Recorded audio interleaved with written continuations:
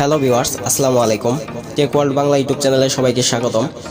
তো 25শে মার্চ গণহত্যা দিবস উপলক্ষে শহীদদের প্রতি শ্রদ্ধা জ্ঞাপন করে কীভাবে রাজনৈতিক একটি পোস্টার ডিজাইন করা যায়, তো আজকের ভিডিওতে তা শিখতে পারবেন। তো ভিডিওটি সম্পূর্ণ দেখতে থাকুন। তো পিএলপি ফাইলটি ডাউনলোড করার পর এই 𝗦𝗨𝗕𝗦𝗕 নামের এই অ্যাপ্লিকেশনটি ওপেন করবেন। প্রথম পাসওয়ার্ড 2, তারপর এখান থেকে ডাউনলোডকৃত ফাইলটি ওপেন করবেন।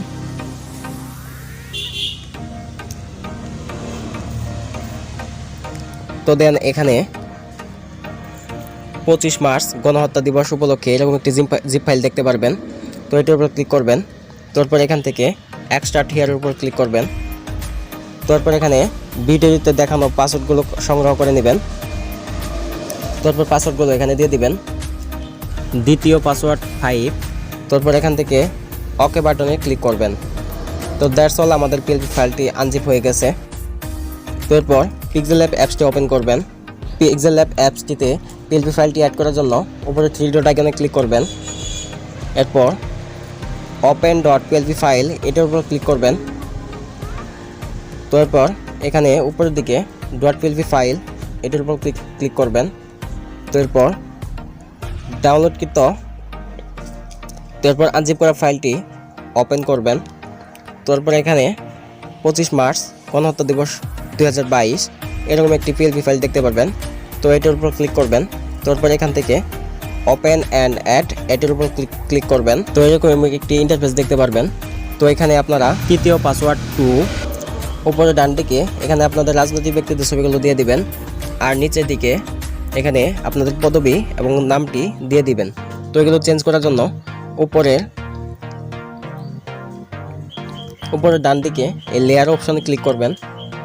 তারপর এখানে টেক্সটের লেয়ার দেখতে পারবেন।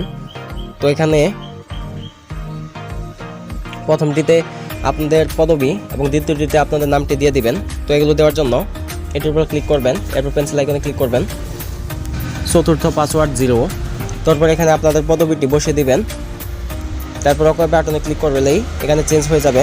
তারপর নাম অপশনে সেমভাবে পেন্সিল আইকনে ক্লিক করবেন। তারপর এখানে আপনাদের নামটি বসিয়ে দিবেন।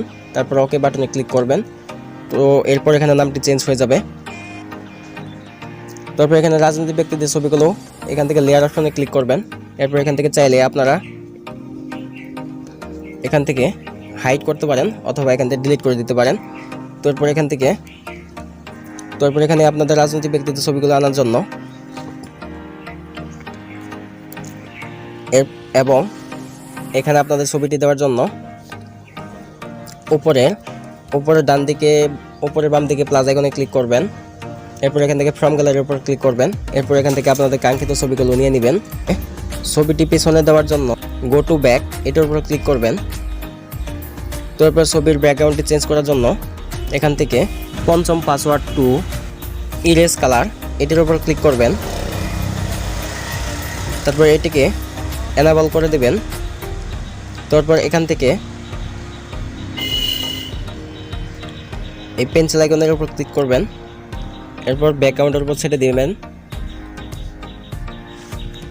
এরপর এখান থেকে টিক মার্ক করুন। দ্যাটস অল, আমাদের ব্যাকগ্রাউন্ডটি চেঞ্জ হয়ে যাবে। তারপর এখান থেকে টিক মার্ক করুন। ষষ্ঠ পাসওয়ার্ড 2। তারপর ছবিটি অ্যাডজাস্ট করে নেবেন।